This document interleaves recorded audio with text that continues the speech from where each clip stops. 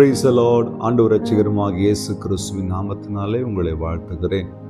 சந்தோஷமா இருக்கிறீங்களா? எங்க பாஸ்டர் ஒவ்வொரு நாளும் சந்தோஷமா இருக்கிறீங்க எங்களை கேட்குறீங்க.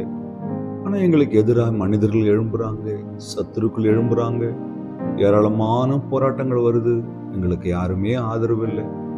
பெரிய போராட்டத்துக்குள்ளே எங்கள் வாழ்க்கை போகுது, என்ன செய்யணும்னு தெரியல, சோர்ந்து போன நிலைமையில் இருக்கிறோன்னு சொல்றீங்களா?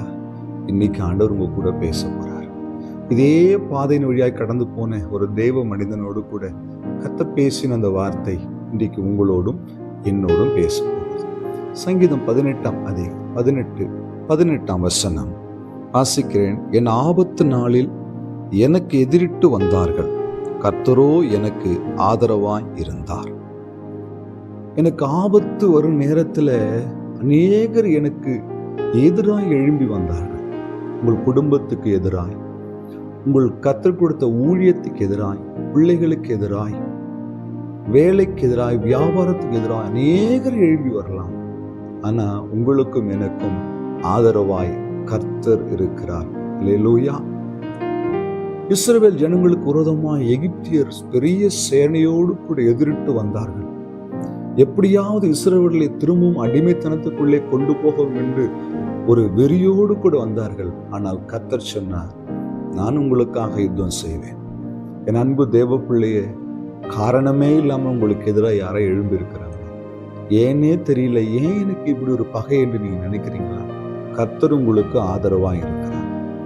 ஆண்டவர் உங்களுக்கும் எனக்கும் ஆதரவாக இருக்கும்போது எத்தனை பேர் எதிரிட்டு வந்தாலும் நம்மை ஒன்றும் செய்ய முடியாது. ஒரு வழியாய் வருகிற சத்துரு 7 வழியாய் சிதறடிக்கப்படுவான் என்று வேதம் சொல்லுது.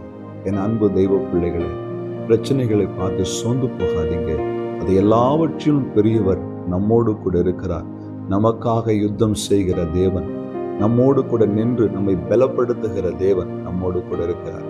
உங்களுக்கு எதிராக எழும்பி வந்த மனிதர்களுக்கு முன்பாக கர்த்தர் உங்கள் பட்சத்தில் ஆதரவாய் நின்று காரியங்களை அனுகூலமாய் மாற்றி கொடுப்பார். நம்பிக்கை இழந்துடாதீங்க, சோர்ந்து போயிடாதீங்க. தாவீதின் வாழ்க்கையில எத்தனையோ முறை சத்துருக்கள் பெருகி அவனுக்கு எதிராய் எழும்பிட்டு வந்தாங்க. தாவீது சொல்லும், என் தலை மயிரிலும் அதிகமாய் என் சத்துருக்கள் பெருகி இருக்கிறார்கள், ஆனாலும் கர்த்தர் எனக்கு ஆதரவாய் இருக்கிறார். இந்த நம்பிக்கை உங்களுக்கு இருந்துச்சுன்னா எதை குறித்து பயப்படாதீங்க. தைரியமா ஆண்டவர் பற்றி சொல்லுங்க, நீர் என் ஆதரவாய் இருக்கிறீர் ஆண்டவரே.